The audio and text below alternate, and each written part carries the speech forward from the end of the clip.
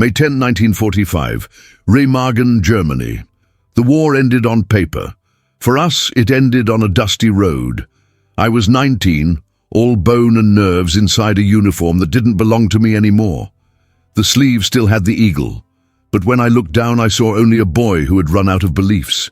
We walked west with our hands above our heads, a column of grey ghosts moving through a village that had no more windows. I remember the smell first.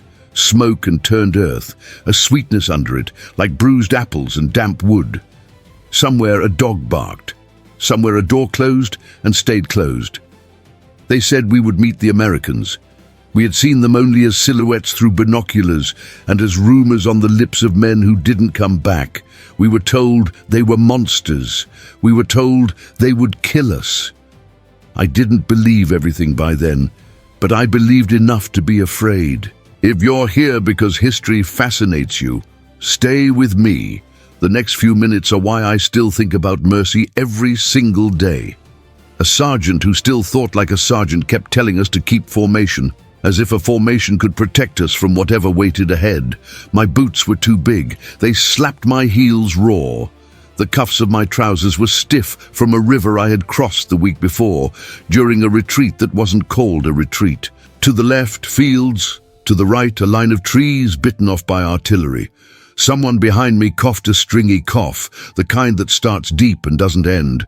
The man beside me, Rudy, had a picture in his pocket of a girl on a bicycle. He looked at it when no one was watching. He carried his helmet in the crook of his arm like a baby. We came over a rise and the world opened. The Rhine kept its distance, but we could feel it, a breath of cool air pushing up from the riverbed. Remagen lay ahead, or the idea of it, a scatter of roofs, a church tower with a black mouth where the bell used to be. And between us and all of it, the fences, wood posts, wire strung tight, men in uniforms that weren't ours, and a gate that looked too ordinary to decide a life. "They'll make us dig our own graves," Rudy whispered.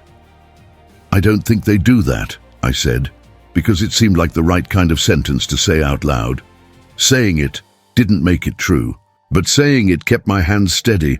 We were searched with eyes more than with hands. The American guards looked young from a distance and younger close up. One of them had freckles and a sleeve rolled to the elbow, showing an arm the color of bread crust. Another had a patch that said 99. I didn't know what that meant. I knew the rifles did. The gate allowed 30 of us at a time. We passed under a plank that had numbers on it, a measurement in feet and inches, and someone in front of me tried to stand taller, as if height would help. My mouth was raw inside. The last thing I had eaten was a piece of black bread with a bitter taste like old coffee. The bread was shaped by hunger, not by hands. A guard pointed with 2 fingers and said something that was mostly consonants. I knew the word go by then, and stop and hands. I knew down. I didn't know welcome, and I didn't know if they did either. Inside, the camp wasn't a picture we had been shown in training. It was at once more ordinary and more final. Long rows of men sitting on the ground, a fence like a drawn line, watchtowers that looked bored. The earth had been stamped flat by the weight of people. Someone had stuck a little branch into the dirt, and it stood there like a joke. A green flag for a country that didn't exist. We were pointed to a patch of space. The word sit is easy to learn in any language. You use your hands and gravity does the rest. We sat. Night came too slowly to save us from our thoughts. The sky was a long bruise. Somewhere beyond the fence, an engine turned over and then failed and then turned over again. I watched as the first stars appeared above the smear of smoke that used to be a bridge. I told myself, you will survive this by becoming smaller than your fear. But fear knows how to shrink with you. It finds room even in your breath. We heard a radio that evening. The sound drifted across the wire like a rumor, music that moved in a confident staircase, notes that swung and smiled and asked for nothing. I learned the word for it later, jazz. That night, it was simply proof that another world continued, one with people who still owned little pleasures. I slept with my boots on and dreamed of a buttered roll the size of my head. In the dream, I couldn't bite it because my teeth kept falling out one by one, clicking onto a plate I couldn't lift. When I woke, there was light, thin and grey. The guard with freckles yawned in his tower. I felt an ache behind my eyes that had nothing to do with sleep. Rudy's picture had a crease through the girl's face now. He smoothed it carefully. "You think they'll let us write?" he asked. "I think they'll count us," I said. "Counting is what armies do when they don't know what to do next." We were counted twice before breakfast, once by a corporal who had a pencil stub, once by a kid who kept losing his place and starting again. His hair stuck up in a cowlick, and I hated him for a minute for being young. When food arrived, if you could call it that, it came in a metal tub that steamed faintly in the cold. The steam smelled like boiled stones. Inside was a stew of potatoes that had been asked to be more than potatoes. We lined up and held out whatever we had. Mess tins, helmets, a cut-off can with no label. I used my helmet. The stew slid into it like a soft drumbeat. An American with a jaw like a shovel held the ladle. He said something that included the word easy. I took that word and held it, even though nothing felt like it. The first mouthful was hot enough to hurt. I didn't mind. The heat was a kind of proof. The second mouthful tasted almost like nothing. Hunger turns even flavor into work. "Better than air," Rudy said, coaxing a piece of potato to the edge of his tin with a finger. Dirt under his nail, a crescent moon. I looked up and found a face watching me, a guard leaning on the fence post. He didn't look angry or curious. He looked tired. He had the kind of tired that isn't a lack of sleep, but a weight you carry from place to place. He shifted, spat, and then tried a word of German that landed crooked but alive. Guten Morgen. Guten Morgen, I said back, because some bridges you cross without knowing you've decided to. He nodded, almost surprised that the word could make the trip. If stories like this matter to you, hit like, subscribe, and keep walking with me. What happened next is the part that still confuses me when I think about what enemies are supposed to do. Part 1. The Long Walk. West people imagine surrender as a single moment. A flag lowered, a hand extended, a gun placed on the ground. But surrender takes time. At first it's in your hands, then your shoulders, then your voice. It moves slowly through you, until even your thoughts are out of uniform. We walked for hours before the camp. The road was a kind of ruler laid across hills. The air tasted of metal, a leftover from all the things that had exploded and all the things that had been promised and never happened.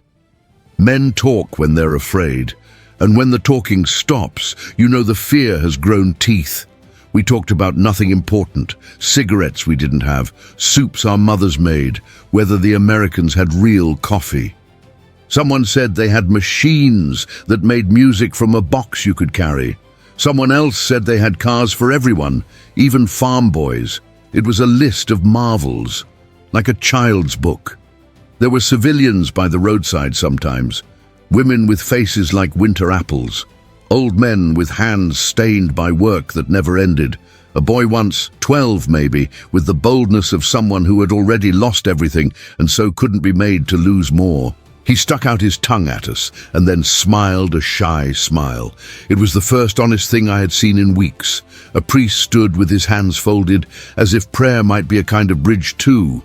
The sergeant told us not to look. I looked anyway, because that's what you do when someone tells you not to. "Where do you think they'll put us?" Rudy asked me. He had a way of asking questions like they were just thoughts that had wandered out of his mouth and might wander back in. "In a field," I said. "With rope and rules." "Yeah," he said, "rules." He said the word like it was a friend who had stopped writing. At a crossroads, we met a small convoy of American trucks. The drivers had their sleeves rolled, their forearms map pale where sun hadn't reached.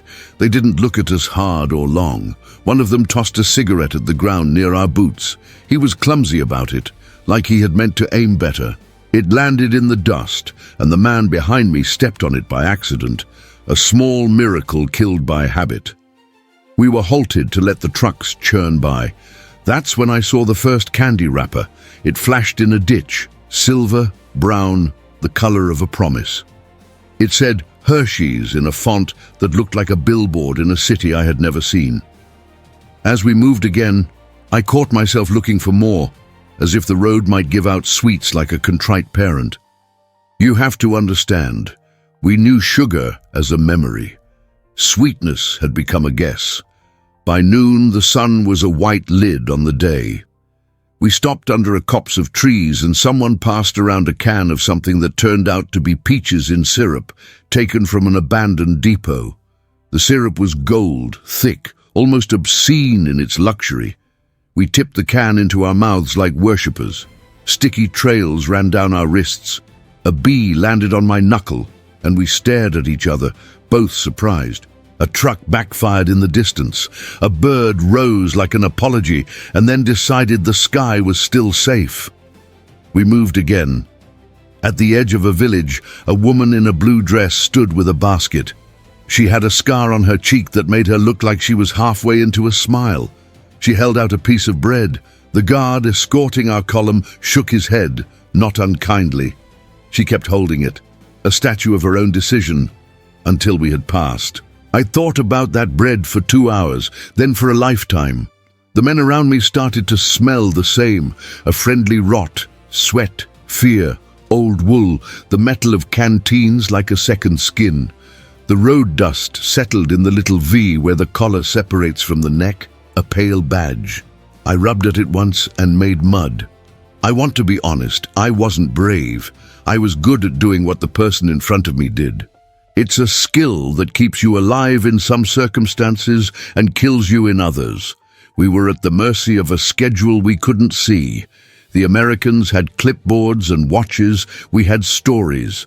A rumor started that we would be shipped to America to pick oranges. Another rumor said Canada to fell trees so tall you had to lie down to see the top. Another said we would never see a ship. Rumors are a diet you don't notice you're eating. Late afternoon, the road curved and the horizon changed. The river flashed like a knife opened and then closed. We came in sight of the bridge towers at Remagen, that pair of dark shoulders standing over the water, relics of a crossing that had broken the back of our war. I had known the name since it first reached our unit like a curse. Seeing it was like looking at the shape of your own defeat. We stopped at a checkpoint, made of nothing but decisions. 2 American officers argued in a lazy way about numbers that were us. A private with sunburned ears drew chalk on a crate lid. His handwriting was good. It made me think about teachers, about the sound a piece of chalk makes on a clean blackboard, that soft nail scratch that promises order. Names, the corporal asked, but then he waved it off. Names would come later. For now, we were heads, backs, boots, a weight to be managed and not broken. They marched us the last stretch 2 abreast, the river at our left like a cooling thought. The camp came into view, a rectangle drawn on the earth by men who believed in lines. In that rectangle were men like us and not like us, uniforms gone slack, eyes that flinched when shadows moved too fast, 100 different ways to sit on ground that belonged to no one. We entered through the gate, and I felt the world shrink to the size of a field. A man in an American uniform walked past carrying a box that said, "Rations, Type D." He set it down by a tent and wiped his forehead with the back of his wrist. When he stood, our eyes met for a flick. His were the color of the river in shade. He nodded like a farmer greeting a neighbor on a road, a nod that said nothing and everything. "See that?" Rudy said. "He looks like he could be from anywhere." "Maybe that's the point," I said, though I didn't know what I meant until I heard it. The camp rules were simple, posted in English and in German that looked like English wearing a costume. No crossing the wire, no fires, lines for food, lines for water, lines for the latrine, line up when told, sit down when told. Do not run, do not shout, do not forget you are here. We were given a space in the southeast corner. The ground there had a tilt that made every attempt to lie down feel like an argument with gravity. Someone joked that we were on the luxury side of the camp because you got a view of the river if you craned your neck. Jokes get made because silence is a wolf that will eat you. I counted things to stay inside myself. 47 men could fit shoulder to shoulder between the post at the corner and the mark where rain had made a runnel. 9 steps from our corner to the water barrel. 3 breaths to ignore the smell near the latrines. 20 heartbeats to let rage drain through me when someone shoved in line. At dusk, the guard with freckles, the one from the tower, came down. He had a grin he didn't use all the way. He tried another word of German and laughed at himself. He pointed at the sky and said, "Gut Nacht." He got the sounds wrong, but the intention right. "Gut Nacht," I said, and then he did something I didn't expect. He reached into his pocket, took out a little wrapped square, and held it up. He didn't walk closer to the wire. He just held it like a man offering a bird some crumbs and waiting to see if the bird would trust his hand. The square was the color of tin and hope. My throat tightened in a painful, childish way. Not yet. Not here. Not like this. He put it back in his pocket, shook his head at himself as if he had nearly broken a rule, and climbed back to the tower. Rudy breathed out a word that wasn't a word. I could feel the whole corner of the camp leaning toward the idea of sweetness. If you want the rest of this, the moment the wire felt less like a border and more like a line that could be crossed in a different way. Make sure you're with me. Subscribe so you don't miss what happened when an enemy reached into his pocket and the war had to decide what it meant to be over. That night, I lay awake and listened to the radio scratch out a song with a fast heart. A guard laughed at something another guard said, a quick, clean sound. Men near me argued in whispers about the best way to make a fire with wet wood. Someone prayed into his knees. The stars came out like a confession. I thought of my mother's kitchen. A green bottle for vinegar on the windowsill, a row of spoons that never matched, a loaf of bread cooling under a towel. I thought of the first time I had sugar on my tongue as a child, how the world suddenly had a second color. And I thought of the square in the guard's pocket. I didn't sleep. Dawn grew like a bruise healing. The camp woke itself with coughs and the soft sounds that men make when they try not to be loud. The world smelled faintly of smoke and something else. A smell that made my stomach pull itself tight. The smell of chocolate when it thinks about melting. I told myself it couldn't be. Imagination is a liar with a beautiful face. But when the sun finally lifted high enough to make shadows honest, the guard with freckles came down again. He brought a friend this time. Taller, shoulders like a door, a patch on his sleeve that said, Ohio, in small letters I wouldn't read correctly, until years later. The tall one had a box under his arm. The freckled one had his hands in his pockets like a boy at a fair. They walked the line of the fence as if inspecting it for holes. Men along the inside rose without rising, their spines growing, their eyes pulled like iron toward a magnet. The tall one stopped near our corner and set the box down. He opened the top flaps and then laughed at himself again, a sound full of maybe and why not. The freckled one looked up at the tower. No one signaled no, or maybe someone did and he didn't see, or maybe he had decided some rules could be bent where they didn't break. He reached into the box. This is where I stop for a breath. This is where the story I have told myself for years touches the story I tell you now.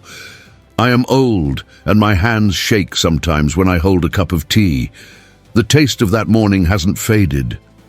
He reached into the box, and the sun caught the edge of the wrapper, and everything I had been told about enemies prepared to defend itself. The thing about hunger is that it teaches you to expect nothing. The thing about mercy is that it arrives anyway. Part 2, the camp at Remagen. He reached into the box. You could feel the whole corner of the camp lean forward without moving. A shared breath paused at the top. A single muscle tensed inside 100 bodies. The freckled guard's hand came out with a bar wrapped in brown paper and a band of silver that caught the sun like a wink. The tall guard, the one with Ohio somewhere on his sleeve, looked at him sideways as if to say, "Are we doing this?" The freckled one shrugged half a shrug that boys give when they've already decided to take a small consequence. He weighed the bar in his palm once, twice, the way you test a fruit for ripeness. Then he lobbed it over the wire. It arced, a lazy, generous curve, and for a moment it was the only thing in the world with a future. People talk about slow motion like it's only for movies, but hunger can slow time the way grief does. Every eye in our quadrant rose to meet that bit of paper and sugar drifting toward us. The bar hit dust with a soft puff just short of my boots. No one moved, not because we were noble, because we were afraid. Afraid of the guard changing his mind, of a rifle bark, of a rule we didn't know yet. Afraid of the shame of lunging, of the shame of being seen wanting. "Take it," the tall one said in a careful, rounded English I almost understood. He gestured with his chin. "Go on." The man nearest me, a baker from Cologne who had hands like paddles, looked at me as if I were suddenly in charge of something. He nudged the bar toward me with 2 fingers. "Nim," he whispered. "Go." I crouched and picked it up. The paper was warm. It had weight, but not much, the kind of weight that stands in for other things. The wrapper felt too clean for my hands. The top flap had a seam like a smile. My thumbs hesitated at the edge, as if opening it would break a spell too soon. Then I peeled the paper back. The chocolate inside was darker than the soil, darker than the river in shade. A neat grid of squares, each with the word Hershey pressed into it, like a stamp on official paper. Part of one corner had gone a little soft, and then re-hardened, a wrinkle that looked like it could be smoothed. I broke off a square. The sound was small but final, a tiny knuckle cracking. I placed it on my tongue. It didn't melt right away. It sat there, foreign and undeniable, a piece of another country. Then my mouth remembered heat, and the square gave in. Flavor unfolded like a letter I hadn't expected to receive. It was sweet, yes, but not just sweet. It had a roasted shadow to it, a bass note that made the sweetness deeper. My tongue tried to find the edges and failed. My jaw stilled. My throat went soft. I was a child again, a kitchen with sunlight through an old curtain, my mother's voice stirring air. And I was 19 in a field with wire, a war behind me like a storm, tasting proof that the world could surprise me in the right direction. I laughed. It came out like a cough. Rudy stared at me, then at the bar in my hand, eyes bright with a pained kind of joy. "Is it?" I broke another square and put it into his palm. He closed his fist around it and held it there, eyes shut, as if saying a prayer with skin. When he put it in his mouth, he made a sound I had only ever heard people make at church. Behind us, someone began to cry, quietly, the way a man remembers something he didn't allow himself to want. The freckled guard grinned, loosened by our reactions. He tossed another bar over, then another. The tall one joined him with a motion that said, "Fine, we're doing this." The bars came in arcs, as kind as any gesture I've ever seen. That simple generosity of throwing, not to hit a target, but to share with strangers. We didn't surge. That surprised me. Men shifted, yes. Hands rose. But we passed the bars to the old first. An instinct that can survive even a war. The baker split one with a man who had a cough that sounded like a chair dragged across stone. A boy with a scratch on his cheek handed half to a man whose eyes were so pale they looked blind in the sun.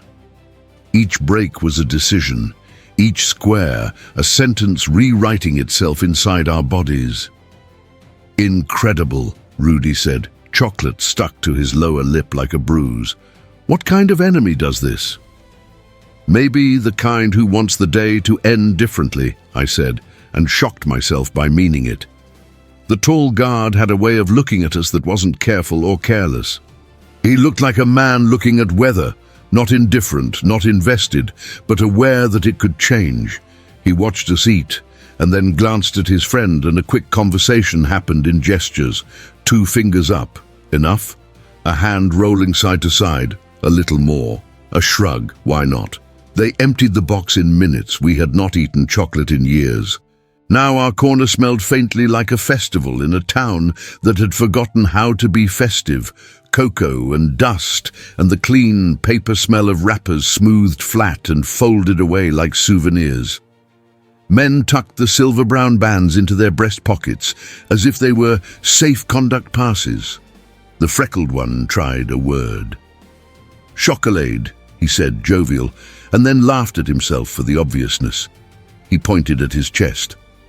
"Miller." He tapped the tall one's shoulder. "Jack." Then he jabbed a thumb back at his own sternum and said, "Joe." Joe and Jack. Simple as bread. "Danke," I said, because there are words that go first, even when you don't know enough of the others. "Thank you," I added, clumsy but willing. "Sure," Joe said. He made a little cutting motion with his fingers as if slicing a pie. "Share," he said, and smiled because we already had. If stories like this move you, stick with me. Hit like, subscribe, and let's keep walking through this moment. The next few beats aren't about candy, they're about how fear loosens its grip when someone does the wrong thing for the right reasons. A new ritual began that day. Not the chocolate. That was a flare, bright and brief. The ritual was looking the guards in the eye and finding that the look stayed. The ritual was the exchange of little nouns across the wire. Wasser, water, mood, tired, colt, cold. Okay? Okay. A rope of shared words, knotted in the middle where the wire ran. The camp itself continued to be a place of lines and waiting. That doesn't change because you taste sweetness. The ground under our corner was still a stubborn tilt. The latrine still demanded that you bargain with dignity. The stew still tasted like a rumor of potatoes. But the fence had acquired a hinge, invisible and real at once. That afternoon, Jack, the tall one, came back with a tin cup and held it up like a toast. "Coffee," he said, then grimaced at himself. "Not coffee. Ersatz?" He had a way of dropping the R like he didn't trust it to behave. He looked ridiculously pleased to be trying our word. He poured the dark liquid into a mess tin through the wire. The smell lifted, thin but honest. It wasn't quite coffee and wasn't quite not. My first sip burned my tongue. The second put a small square of calm where my ribs met. A man to my right shook his head at the idea of accepting anything. "It's weakness," he said. "We shouldn't take from them. We should stand apart." "We've stood apart for a long time," I said. "Look where it led." He kept his mouth hard. Later he would ask if I had seen Jack, the tall one, because he wanted to try his English word for brother. Toward evening, a pair of guards from a different shift came by, older, faces that looked poured into their uniforms. They saw the wrappers tucked into our pockets, the way our corner held itself a little differently now, and they frowned, as if they could smell a rule broken. One of them barked something that had no humor. He jabbed a finger at our faces, then at the ground, then at Joe and Jack up in the tower. His meaning skipped the language barrier easily. "Don't play at mercy. Don't make this complicated." Joe's grin stiffened. Jack's jaw rolled once, a mill grinding. He said nothing, and the older guards moved off, satisfied to have expelled a little steam. That night, when the radio climbed back into the air, the song was slower, a woman's voice that spun notes into a thread. I learned later her name was Billie Holiday. At the time, it was just the feeling that someone somewhere knew how to be sad and generous at the same time. Under that voice, men around me started swapping not rumors but memories. There's a difference. Rumors ask what will save us. Memories ask what made us human. The baker told us about the first loaf he ever pulled from an oven on his own, how you listen for a hollow thump that says the bread is ready to live. Rudy confessed that when he was 10, he stole a pear from a neighbor's tree, and it was so perfect he had felt forgiven before he could feel sorry. The coughing man talked about a dog with one ear up, one down, that used to meet him at the gate and pretend not to care until he knelt. I talked about the winter my father took me to skate on a pond that was a mirror for a sky so cold it hurt to think. I fell hard and he laughed, not at me but into the air, a laugh that made it okay to have bones and mistakes. He died before the war. Sometimes I think it saved him. Do you think they hate us? Rudy asked, not meaning Joe and Jack but the world. Some do, I said. Some don't. Most don't have time to hate anyone they don't know. He nodded, as if that arithmetic could be believed. If you're still with me, thank you. Drop a like if this kind of story matters to you. It helps other people find this corner of history where enemies forgot, for a minute, how to be enemies. The next day, a small avalanche of kindnesses pretended to be accidents. A crate of hardtack fell near the fence and no one hurried to pick it up.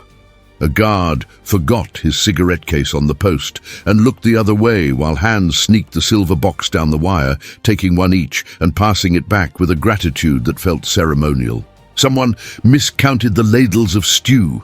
Our corner ate a little more and pretended not to notice. Not all the guards played along. Some had such tight collars it made my own throat itch. One in particular, a man with a clean part in his hair and a mustache like a drawn line, liked to find fault in the way men sat. Back, he would say, tapping his spine, as if good posture could retroactively make us better soldiers. He pointed at rappers once and made a face like he'd smelled something spoiled. No, he said, and the word carried more than paper. Jack and Joe took their scoldings without changing the part of themselves that had decided to be kind. I have come to believe that's as heroic as any charge at a hill, absorbing anger without passing it along.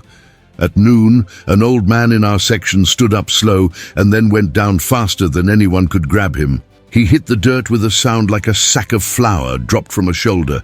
Men crowded, useless with worry. The air suddenly had teeth. The whistle blew at the tower, a short blast, then another. 2 guards came at a careful run, Joe, breath high, and a medic with a white band on his arm and a face the color of milk. The medic crouched, looked in the old man's eyes, pressed his fingers to the neck, said, "Okay, okay," in a rhythm that made the word a kind of set of hands. He had a water bottle with a blue mark on it. "Water," he said to us, then tilted the bottle and tapped the old man's lips. He looked up at me and said, "Hold," and put my hands on the bottle, making sure I understood to go slow. I nodded. The words slipped through anyway. We propped the old man's head on a rolled coat. The medic unwrapped something that smelled sharp and rubbed it under the old man's nose. The old man flinched. A small cheer went up. Not loud, but enough to remind the day who it belonged to. "Danke," I said, uselessly. The medic wiped his own forehead with the back of his wrist and gave me a look I had not seen since home. The look a neighbor gives when he helps you lift a heavy thing because it is heavy, and he is there. After they left, the old man lay with his eyes open, looking at a bit of cloud he said looked like a horse's head. "You know," he murmured, "I used to ride once." No one knew if that was true. It didn't matter. He slept. Evening brought wind and the smell of rain somewhere else. The radio didn't come on. Maybe the battery was dead. Maybe someone forgot. The quiet felt loud. Men shifted, unsettled, as if music had been a fence in its own right. Joe came down at dusk and leaned his forearms on the top rail of the fence, looking like a boy at a baseball diamond. "Where are you from?" he asked me, then winced at his own English. He thumped his chest twice. "Ohio."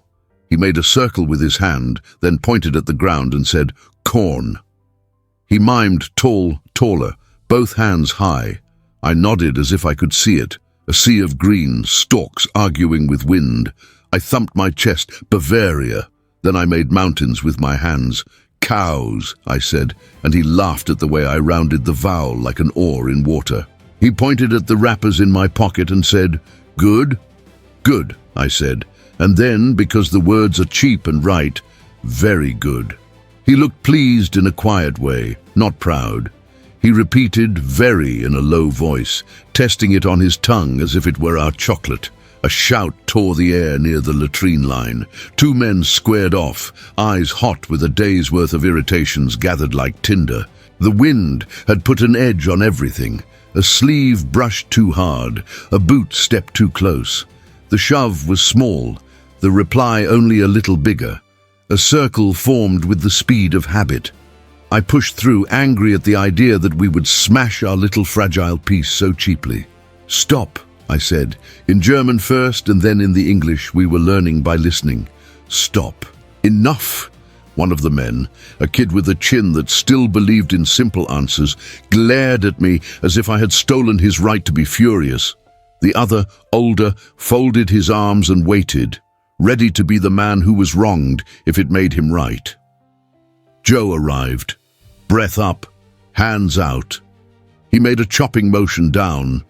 The universal sign for this ends now, and the older man took the offer to save face. He backed away like he had suddenly remembered an appointment with his own better self. The kid stood there trembling, the kind of tremble that happens in the jaw first. He looked at me, and for a second I saw both of us from above. Two boys learning that power can be the patience you didn't want to find. I touched his shoulder. A light, fatherly touch I didn't have the right to own, and he flinched and then didn't. "It's over," I said. "Hear me?" He nodded. The circle dissolved. Across the wire, Joe exhaled and gave a little salute with two fingers off his forehead, almost embarrassed by his own gesture. I echoed it. The moment filed itself under something we didn't waste. If this is resonating with you, let me know by tapping like or sharing this with someone who needs to hear that small kindnesses can tilt big histories. We're heading into night now, and nights in that camp had their own weather. The sky went the color of dishwater blue, then bruised purple, then the kind of black that erases edges. The camp became sound, the creak of men changing sides on thin blankets, the thud of a guard's boot on wood, the soft liquid cough of the river turning in its sleep. I lay awake and counted a new thing, all the ways hands can be gentle. A ladle that pauses a beat longer over your bowl. A box that falls. A bar of chocolate tossed like a softball to a boy who thought he had earned only hard things. Memory does a strange trick with mercy. It shines brighter, not duller. I can't always recall the exact shape of the fence, or whether the tower had 3 rungs or 4 before the platform, but I can tell you the way the silver paper felt when I smoothed it flat and slid it behind the photo in my pocket. I can tell you the smell of cocoa waking up. I can tell you the way Joe's freckles looked like a galaxy had come to rest on his cheekbones. Morning brought rain that didn't commit. The dust gave up little ghosts that hovered and then sank again, making mud from promise. The stew wore the rain like a new mood. It tasted almost good. Someone near me sang the first bars of a lullaby and then stopped, embarrassed. Someone in another corner was telling a joke so slowly the punchline had time to grow its own legs. The mustache guard with the drawn hair part made his rounds with the face of a man moving through a museum he didn't approve of. He barked about rappers again, pointed at a strip sticking from a pocket as if it were contraband. "No," he said, flattening the O and making it long. "No, not allowed." Jack appeared behind him with a clipboard he must have fetched on purpose to look official. He nodded along to the scolding with grave seriousness, then pointed at the rappers and said something in English that sounded like, "We'll log the incident." The mustache flattened his mouth into a satisfied line and moved on. Jack caught my eye and made the smallest face, a flicker of mischief. I stifled a grin that felt like a secret handshake. After midday, Rudy and I gravitated to the fence the way you go to a window in a room without air. Joe leaned his forearms on the top rail again, his elbows making 2 small dark spots on the wood.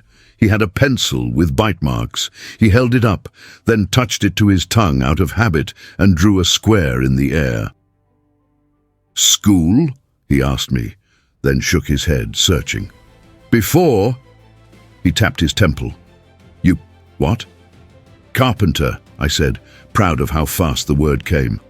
Then I traced a house in the air, walls, roof, door, and hammered an imaginary nail. "You?" He held up the pencil and did a silly little conductor routine. "Band," he said, then shook his head and laughed. No, work." He mimed shucking something, then sewing something, then put his hand at his brow to scan a field. "Farm," he said, and then, pleased, "Farmer." I nodded. The word put him in my head, wearing a straw hat in a place with crickets so loud you have to speak softly to hear anything else. A small boy's shout came from the road beyond the camp, where a local child had snuck close. He waved a stick like a flag, and then, seeing the guards look, vanished like a startled fish.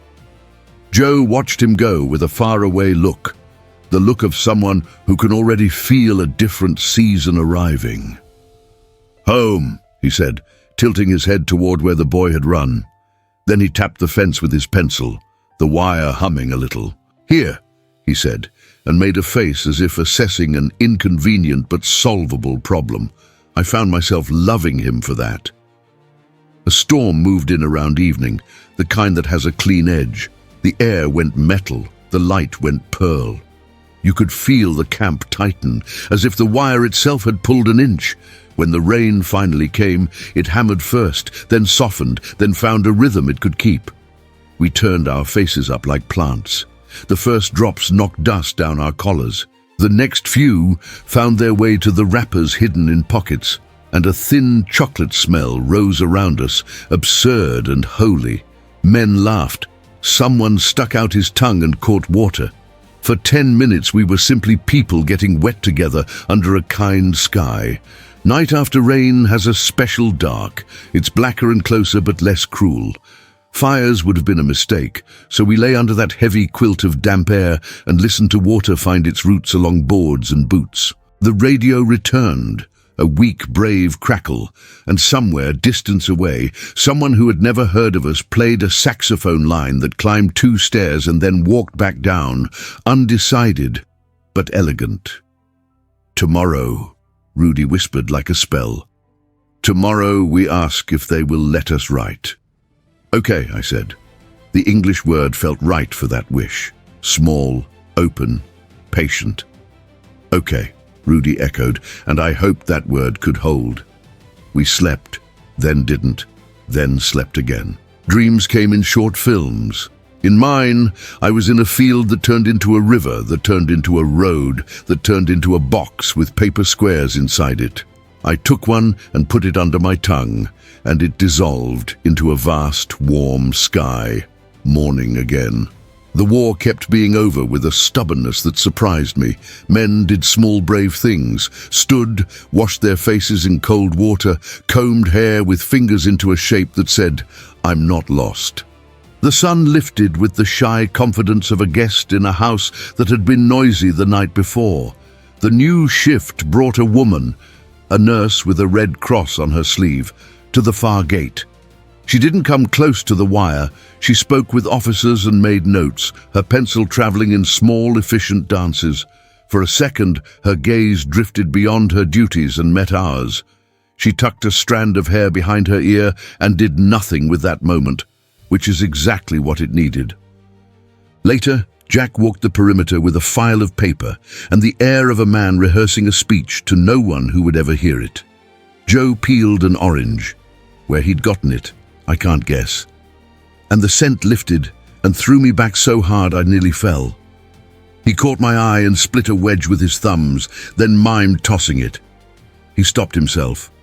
Rules become noble when they protect more than they deny. He ate the wedge himself with a guilty joy, then licked his thumb like a boy on a porch step. "Soon," he said to me, as if promising that fruit would one day be a normal thing again.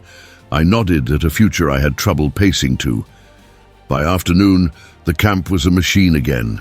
Counts and lists and numbers that tried their best to be fair. Men were moved from one rectangle to another like addresses rearranged on a map. We were told to gather our few things and wait. The word transfer swam by on the surface of several conversations, followed by maybe, followed by who knows. Standing there, with my world packed into the military geometry of a folded blanket and a tin, I felt the need to find Joe and Jack. Not to say anything big, just to register the fact of them, the freckled grin that had thrown sugar into a space that had known nothing but salt, the tall patience that had absorbed scolding so that we wouldn't have to. I found them near the tower, doing nothing and everything. "Joe," I said, and his face lit the way someone's face lights when you get their name right. "Thank you," I said, adding the German too, because gratitude likes to be bilingual. "Danke." I put a hand to my chest, then to the air between us, touching the wire with 2 fingers, not hard, not soft. "You..." I searched for the word and found the only one that mattered: kind. Jack gave a little dismissive wave, the kind people do when they are embarrassed by praise. Joe shrugged. "Maybe tomorrow," he said, pointing down the line, meaning maybe we'd see each other, maybe we wouldn't. He looked older in that sentence. Then he did a thing that took me years to properly respect. He didn't try to make the moment more than it was. He didn't reach through the wire, didn't make a speech, didn't claim a friendship that would have only made both of us ache. He just touched 2 fingers to the brim of his helmet, like a man acknowledging weather again. Noticed, respected, accepted.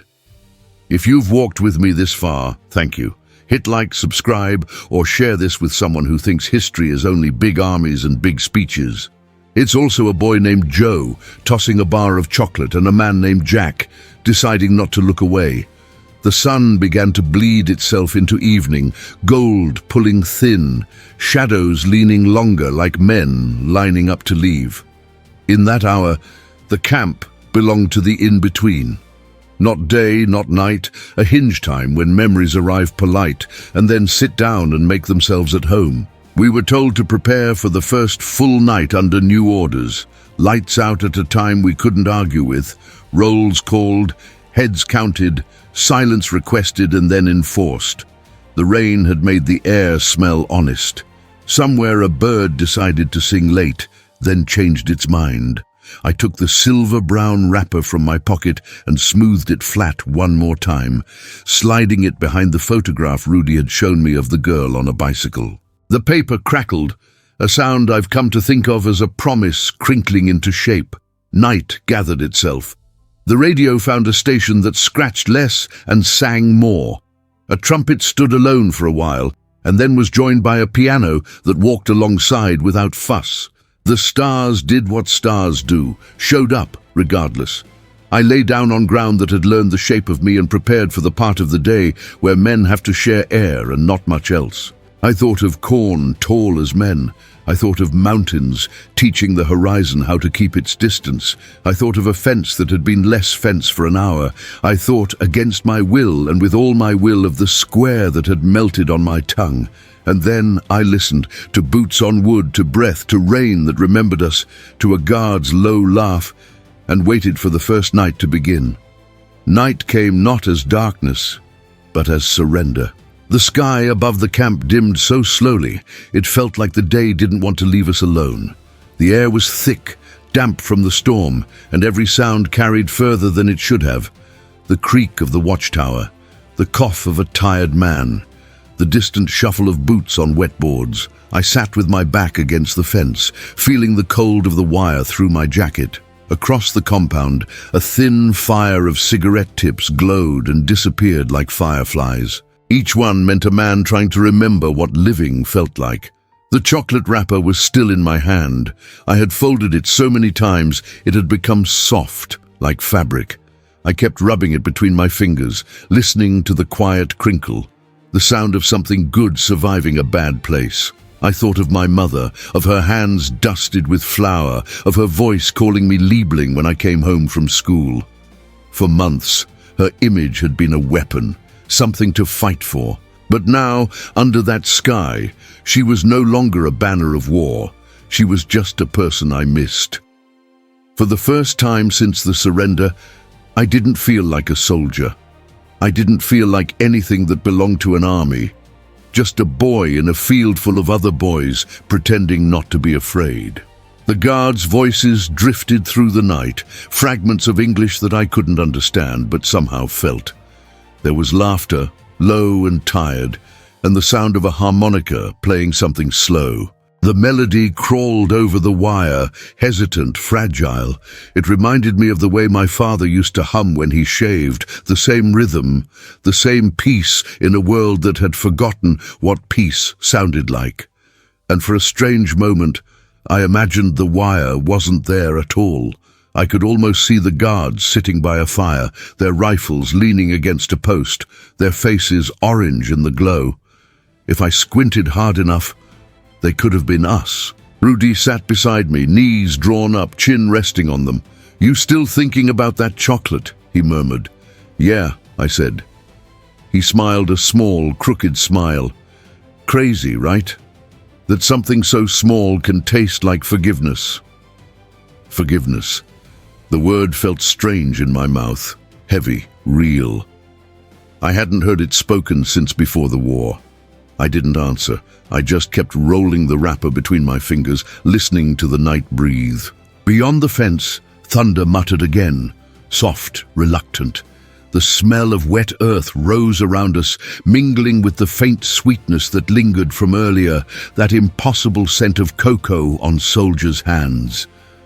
When the harmonica stopped, the silence that followed was deeper than before. It was the kind of quiet that asks questions you don't want to answer. How many had died so I could sit here and taste mercy? How many men like Joe and Jack had shot at men like me just days ago and now handed us sugar instead of bullets? War doesn't end when the guns stop. It ends when the hate runs out of places to hide. That night, I realized I was empty, but not in a hopeless way. Empty like a cup waiting to be filled with something new. A soft drizzle began again. The rain tapped the tin bowls, the canvas roofs, the fence. One drop found its way down my neck, cold enough to make me shiver. Rudy cursed softly, pulling his coat tighter, and then, from somewhere near the guard post, a voice called out, "Gut Nacht!" Joe. His accent was terrible, but it was the most human sound I had heard in months. I didn't even think before answering. "Good night," I called back, loud enough for the others to hear. A few men looked up, surprised. Then, one by one, voices joined in, hesitant at first, then stronger. "Good night! Good night!" It echoed softly across the field, a broken choir of prisoners and guards speaking the same words for once. And in that moment, the wire between us didn't seem like a cage. It felt like a bridge. Sleep didn't come. It circled me, curious but cautious, the way a stray dog tests a stranger's hand. I lay on my side, the damp ground pressing through the thin blanket, the wire humming every time the wind changed its mind. Somewhere a man muttered in his sleep, another whispered a prayer that lost its words halfway through. The rain turned fine, steady, like a drummer with tired wrists keeping time for ghosts. I drifted in and out. In the half-sleep, the camp disappeared. The mud became a riverbank. The guards were gone, the wire gone, and I was small again. Sitting on the step outside our house while my mother broke a bar of chocolate into squares so tiny you could mistake them for medicine. "One piece each," she said, smiling like she was letting us share a secret with the world. The memory was too bright. It hurt. I opened my eyes, and the dream dissolved back into darkness. But the taste stayed, like a word I hadn't finished saying. Rudy was awake too. "You ever think," he whispered, "what we'll tell people about all this?" I stared at the grey canvas sky above the compound. "No one will believe it." He turned his head toward me. "Because of what we did?" "Because of what they did," I said. "Because someone gave us chocolate instead of revenge." He didn't reply. The rain softened again until it was just the sound of breathing. I could hear the guards shifting in their tower, boots scraping wood, a flask uncapped, the low clink of metal. I wondered if Joe was up there, watching the dark ripple over the tents, thinking the same strange thoughts I was. War had always been simple before. You hated or you were dead. Tonight it wasn't simple. Tonight the lines between enemy and human blurred like ink in rain. I thought of my father, of how he used to tell me that every man meets himself twice. Once when he thinks he's right, and once when he realizes he's wrong. Maybe this was the second time. The sky cleared just enough for a few stars to find their way through. They looked fragile, ashamed to shine over us. I counted 3 before a cloud swallowed them again.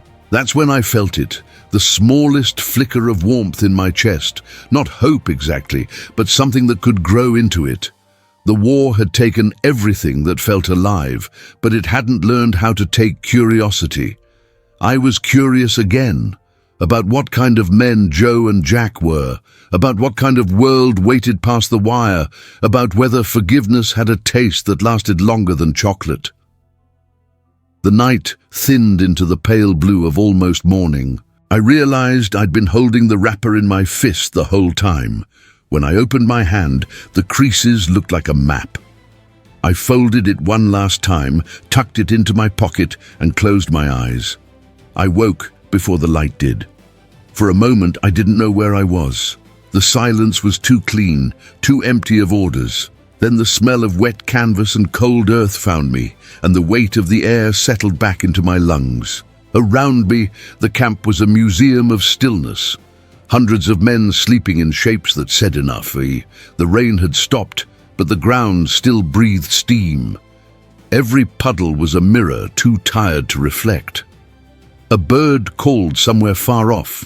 One of those fragile, ordinary sounds that shouldn't have survived a world like ours. I hadn't heard a bird sing in weeks. For a second, it didn't sound real.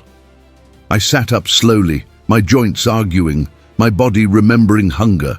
My fingers brushed the chocolate wrapper in my pocket. It had softened overnight, damp from sweat, folded around itself like something trying to hide. I took it out and held it to the first trace of morning, a paper relic catching the weak light. It wasn't shiny anymore. The silver had dulled, but the word Hershey still showed through. Faint, proud, stubborn. That word, that paper, that moment. It wasn't about sugar anymore. It was proof that kindness could still speak the language of the enemy. I looked toward the watchtower. Joe wasn't there, maybe sleeping, maybe gone. Another guard stood in his place, tall and still, his face lost in shadow. But even from here, I could tell he was just a man doing a job. Nothing more, nothing less. And for the first time, I didn't feel smaller than the fence. The sun broke slowly, the way it does on days that don't know what to be yet.